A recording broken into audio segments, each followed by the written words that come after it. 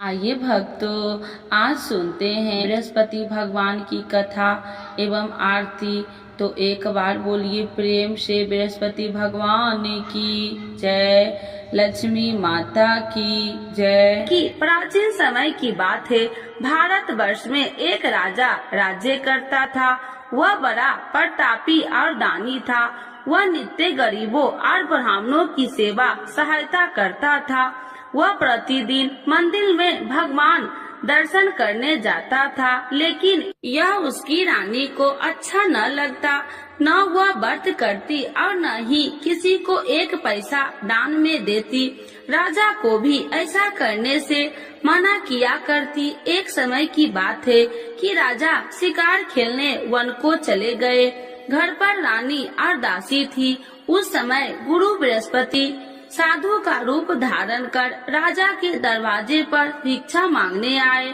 साधु ने रानी से भिक्षा मांगी तो वह कहने लगी, हे साधु महाराज, मैं इस दान और पुण्य से तंग आ गई हूँ। आप कोई ऐसा उपाय बताए जिससे यह सारा धन नष्ट हो जाए और मैं आराम से रह सकूं। साधु रूपी बृहस्पति देव ने कहा, हे देवी, तुम बड़ी विचित्र हो। संतान और धन से भी कोई दुखी होता है। अगर तुम्हारे पास अधिक धन है तो इसे शुभ कार्यों में लगाओ, जिससे तुम्हारे दोनों लोक सुधरे। परंतु साधु की इन बातों से रानी खुश नहीं हुई। उसने कहा कि मुझे ऐसे धन की आवश्यकता नहीं जिसे मैं दान में दूं तथा जिसको संभालने में ही मेरा सारा समय नष्ट हो जाए। साधु ने कहा, यदि तुम्हारी ऐसी इच्छा है तो जैसे मैं तुम्हें बताता हूँ तुम वैसे ही करना। बृहस्पतिवार के दिन तुम घर को गोबर से लिपना, अपने केसे को पीली मिट्टी से धोना, केसे को धोते समय स्नान करना, राजा से हजामत बनाने को कहना, भोजन में मांस मदिरा खाना, कपड़ा धोबी के यहाँ धुलने डालना। इस प्रकार 7 बृहस्पतिवार करने से तुम्हारा समस्त धन नष्ट हो जाएगा। इतना कहकर साधु बने बृहस्पति देव अंतर ध्यान हो गए। साधु के कहे अनुसार करते हुए रानी को केवल 3 बृहस्पतिवार ही बीते थे कि उसकी समस्त धन संपत्ति नष्ट हो गई।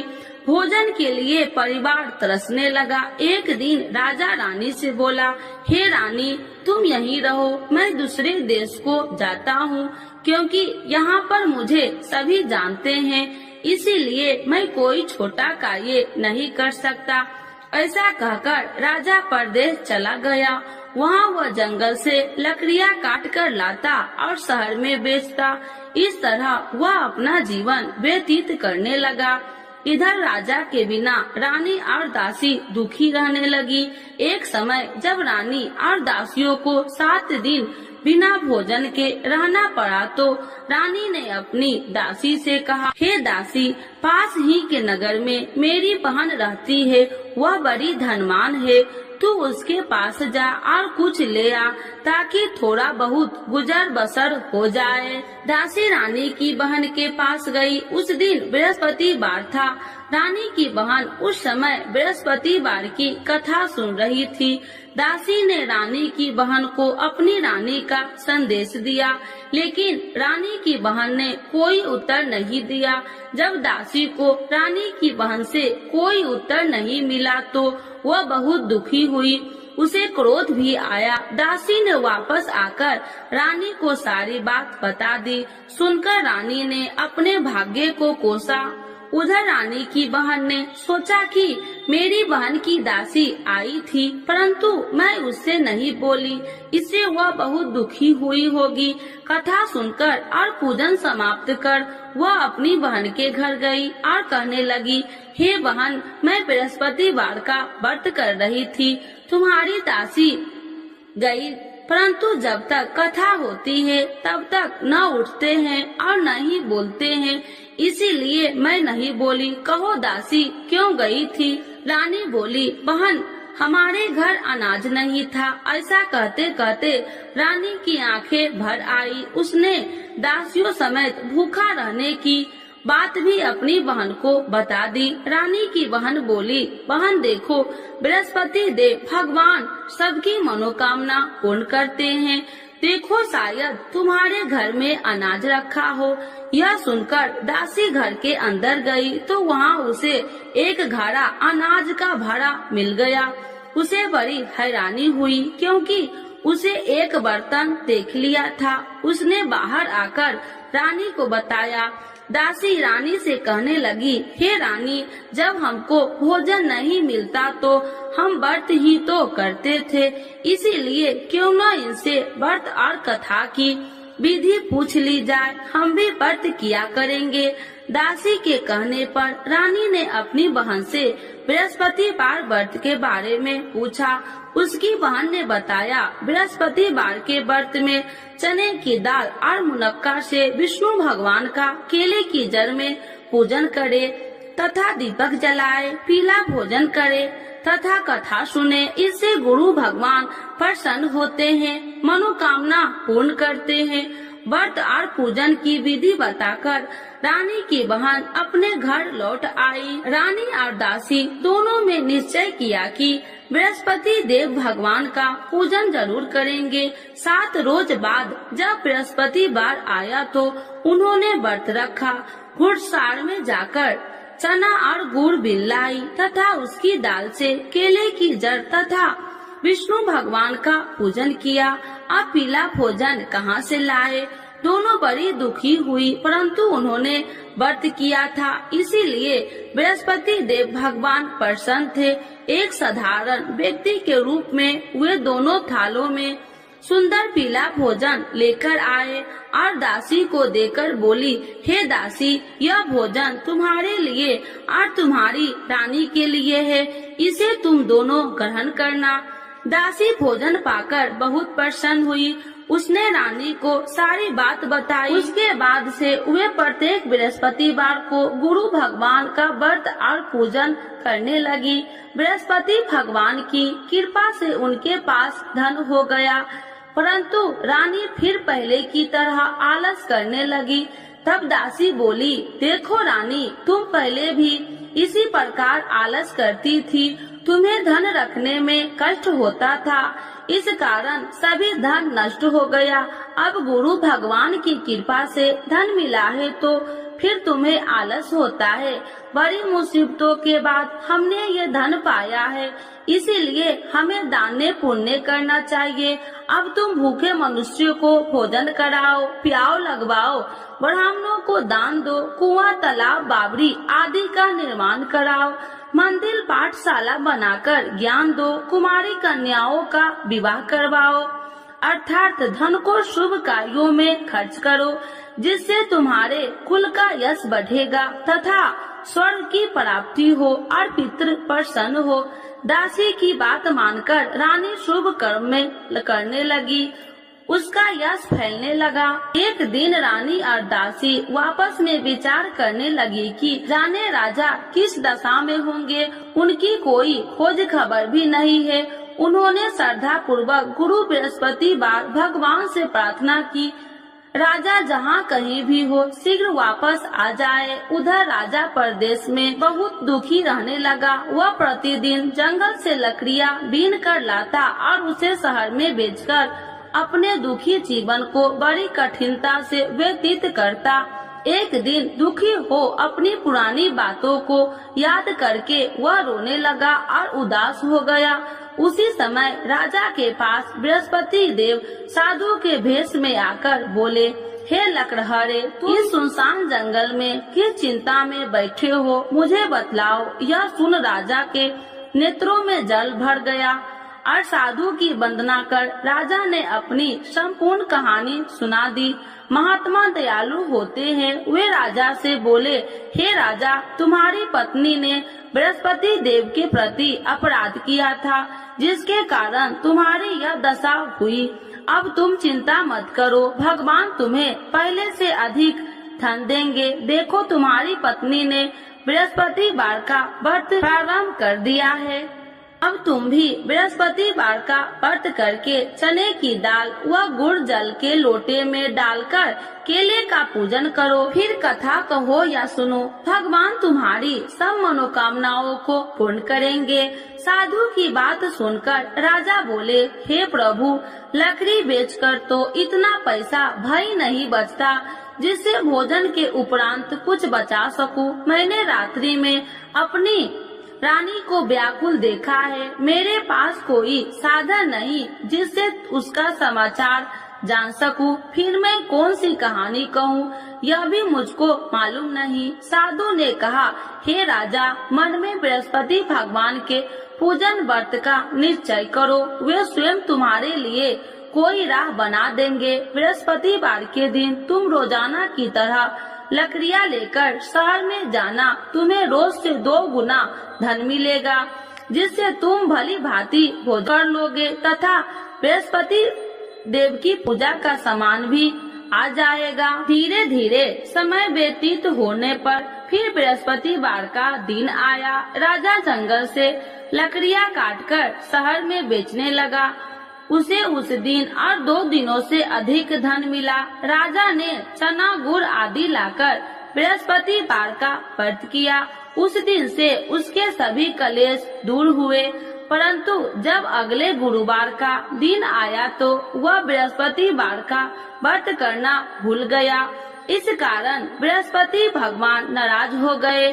उस दिन उस नगर के राजा ने विशाल यज्ञ का आयोजन किया था तथा अपने समस्त राज्यों में घोषणा करवा दी कि सभी मेरे यहाँ भोजन करने आवे, किसी के घर चूल्हा न जले। इस आज्ञा को जो न मानेगा उसको फांसी दे दी जाएगी। राजा की आज्ञा अनुसार राज्य के सभी वासी राजा के भोजन में सम्मिलित हुए, लेकिन लकड़हारा कुछ देर से पहुंचा, इसीलिए राजा को उसको अपने साथ महल में ले गए। जब राजा लकड़हारे को भोजन करा रहे थे तो रानी की दृष्टि उस खूंटी पर पड़ी जिस पर उसका हार लटका हुआ था। उसे हार खूंटी पर लटका दिखाई नहीं दिया। रानी को निश्चय हो गया कि मेरा हार इस लकड़हारे ने चुरा लिया है। उसी समय सैनिक बुलाकर उसको जेल में डलवा दिया। लकड़हारा जेल में विचार करने लगा कि जाने कौन से पूर्व जन्म के कर्म से मुझे यह दुख प्राप्त हुआ है, और जंगल में मिले साधु को याद करने लगा। तत्काल बृहस्पति देव साधु के रूप में प्रकट हो गए और कहने लगे, अरे मूर्ख, तूने बृहस्पति देवता की कथा नहीं की, इसी कारण तुझे यह दुख प्राप्त हुआ है। अब चिंता मत कर, बृहस्पतिवार के दिन जेल खाने के दरवाजे पर तुझे 4 पैसे पड़े मिलेंगे। उनसे तू बृहस्पतिवार की पूजा करना तो तेरे सभी कष्ट दूर हो जाएंगे। अगले बृहस्पतिवार उसे जेल के द्वार पर 4 पैसा मिले। राजा के पूजा का सामान मंगवाकर कथा कही और प्रसाद बांटा। उसी रात्रि में बृहस्पति देव ने उस नगर के राजा को स्वप्न में कहा, हे राजा, तूने जिस जेल में बंद किया है उसे कल छोड़ देना, वह निर्दोष है। राजा प्रातः काल उठा और खूंटी पर हार टंगा देकर लकड़हारे को बुलाकर क्षमा मांगी तथा राजा के योग्य सुंदर वस्त्र आभूषण भेंट कर उसे विदा किया। गुरुदेव की आज्ञा अनुसार राजा अपने नगर को चल दिया। राजा जब नगर के निकट पहुंचा तो उसे बड़ा ही आश्चर्य हुआ। नगर में पहले से अधिक बाग, तालाब और कुएं तथा बहुत सी धर्मशालाएं, मंदिर आदि बने हुए थे।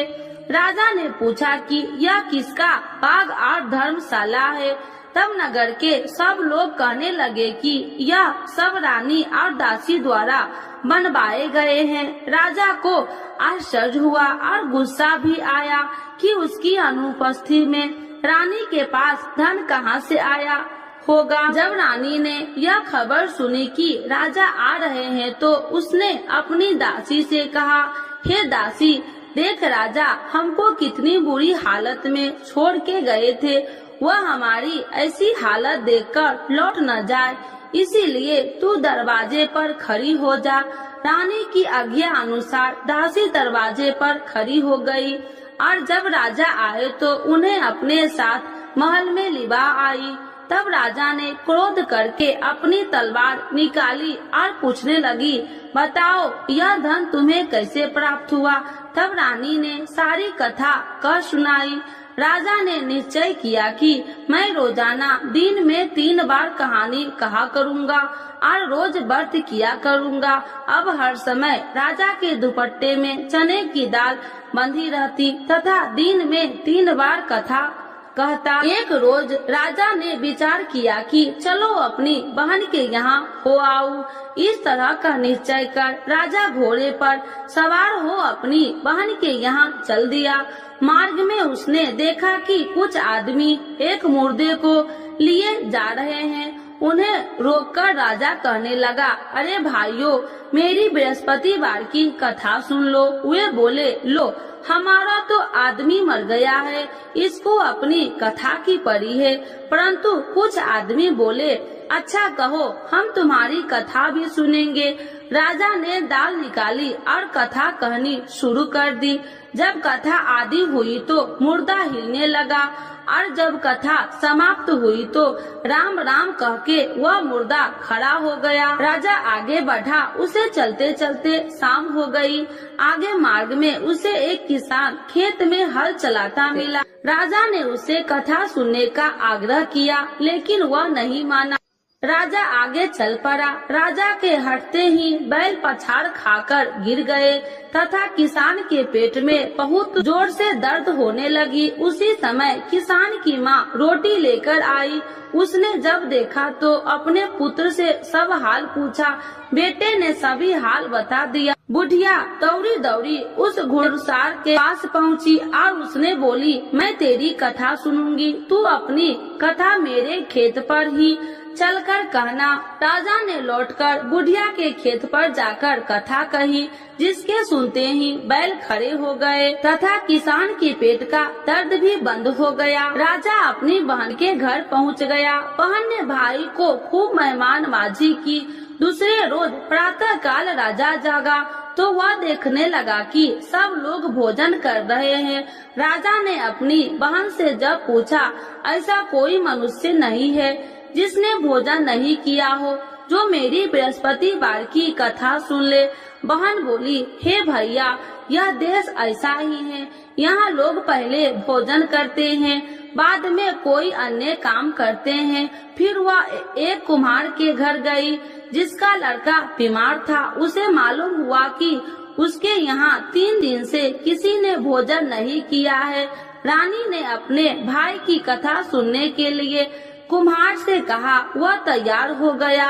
राजा ने जाकर बृहस्पतिवार की कथा कही, जिसको सुनकर उसका लड़का ठीक हो गया। अब तो राजा को प्रशंसा होने लगी। एक दिन राजा ने अपनी बहन से कहा, हे बहन, अब मैं अपने घर जाऊंगा, तुम भी तैयार हो जाओ। राजा की बहन ने अपनी सास से अपने भाई के साथ जाने की आज्ञा मांगी। सास बोली, हाँ चली जा, मगर अपने लड़कों को मत ले जाना, क्योंकि तेरे भाई के कोई संतान नहीं है।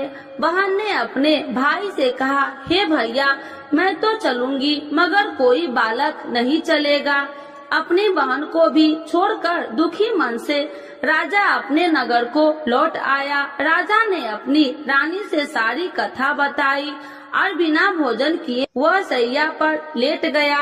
रानी बोली, हे प्रभु, बृहस्पति देव ने हमें सब कुछ दिए हैं, वे हमें संतान अवश्य देंगे। उसी रात बृहस्पति देव ने राजा को स्वप्न में कहा, हे राजा, उठ, सभी सोच त्याग दे, तेरी रानी गर्भवती है। राजा को यह जानकर बड़ी खुशी हुई। 9वें महीने में रानी के गर्भ से एक सुंदर पुत्र पैदा हुआ। तब राजा बोला, हे रानी, स्त्री बिना भोजन के रह सकती है, परंतु बिना कहे नहीं रह सकती। जब मेरी बहन आए तो तुम मुझसे कुछ मत कहना। रानी ने हाँ कर दी। जब राजा की बहन ने यह शुभ समाचार सुना तो वह बहुत खुशी हुई तथा बधाई लेकर अपने भाई के यहाँ आई। रानी ने तब उसे आने का उलाहना दिया। जब भाई अपने साथ ला रहे थे तो तब टाल गई, उनके साथ न आई और आज अपने आप भागी भागी बिना बुलाए आ गई। तो राजा की बहन बोली, भाई मैं इस प्रकार न कहती तो तुम्हारे घर औलाद कैसे होती। बृहस्पति देव सभी मनोकामनाएं पूर्ण करते हैं। जो श्रद्धा भाव पूर्वक बृहस्पतिवार का व्रत करता है एवं कथा पढ़ता है अथवा सुनता है और दूसरों को सुनाता है, बृहस्पति देव उसकी सभी मनोकामनाएं पूर्ण करते हैं, उनकी सदैव रक्षा करते हैं। जो संसार में सद्भावना से गुरुदेव का पूजन एवं व्रत सच्चे हृदय से करते हैं, उनकी सभी मनोकामनाएं वैसे ही पूर्ण होती है जैसे सच्ची भावना से रानी और राजा ने बृहस्पति देव की कथा का गुणगान किया तो उनकी सभी इच्छाएं बृहस्पति देव जी ने पूर्ण की। अनजाने में भी बृहस्पति देव की उपेक्षा न करे, ऐसा करने से सुख शांति नष्ट हो जाती है।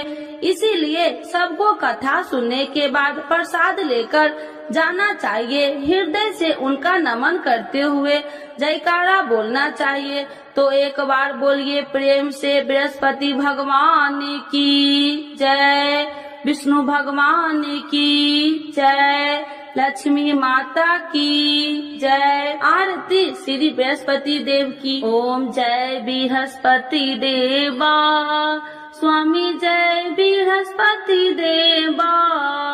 छीने छीने भोग लगाऊं, छीने छीने भोग लगाऊं, कदली फल में बा।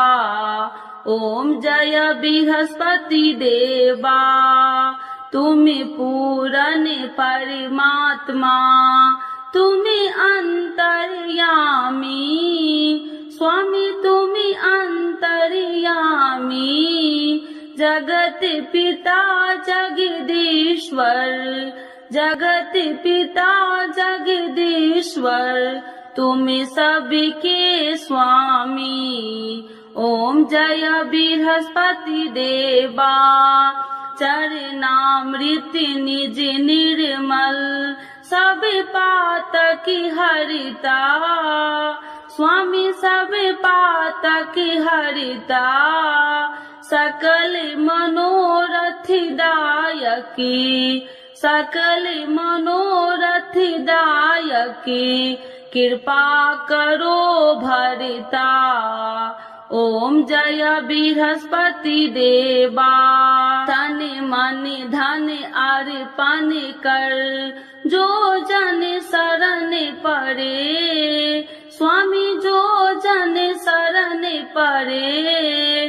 प्रभु प्रकट तब हो करे, प्रभु प्रकट तब हो कर, आकर द्वार खड़े। ओम जय बृहस्पति देवा, दीन दयाल दयानिधि, भक्तन हितकारी, स्वामी भक्तन हितकारी। पाप दोष सब हरिता, पाप दोष सब हरिता, भव बंधन हारी। ओम जय बृहस्पति देवा, सकल मनोरथ दायकी, सब संशय तारो, स्वामी सब संशय तारो। विषय विकार मिटाओ, विषय विकार मिटाओ, संतन सुखकारी। ओम जय बृहस्पति देवा, जो कोई आरती तेरी प्रेम सहित गावे, स्वामी प्रेम सहित गावे। ज्येष्ठानंद बंद सो, ज्येष्ठानंद बंद सो, सो निश्चय पावे। ओम जय बृहस्पति देवा, स्वामी जय बृहस्पति देवा। बृहस्पति भगवान की जय, विष्णु भगवान की जय, लक्ष्मी माता की जय।